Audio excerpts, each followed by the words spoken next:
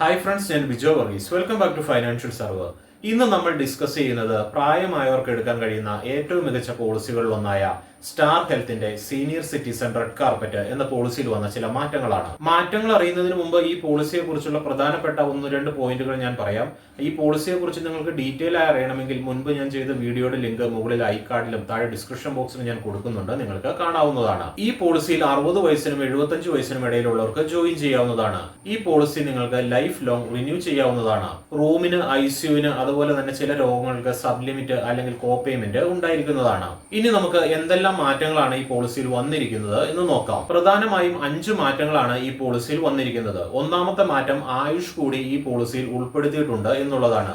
ആയുഷ് എന്നാൽ ആയുർവേദ, യോഗ, യുനാനി, സിദ്ധ, ഹോമിയോ എന്നിവയെല്ലാമാണ്. രണ്ടാമത്തെ മാറ്റം വന്നിരിക്കുന്നത് കമ്പാഷനേറ്റ് ട്രാവൽ കൂടി ഈ പോളിസിയിൽ ഉൾപ്പെടുത്തിയിട്ടുണ്ട് എന്നുള്ളതാണ്. കമ്പാഷനേറ്റ് ട്രാവൽ എന്താണെന്ന് ഒരു ഉദാഹരണ സഹിതം ഞാൻ പറയാം.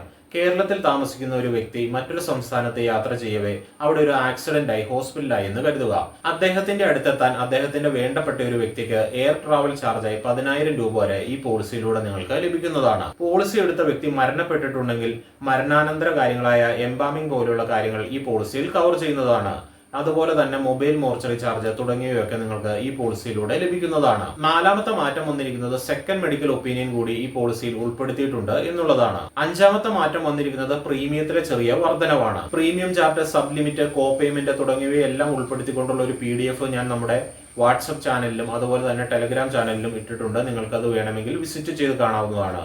അപ്പോൾ പുതിയൊരു ടോപ്പിക്കും പുതിയൊരു വീഡിയോയുമായി കാണുന്നവരെ sign off Bijo. Have a nice day.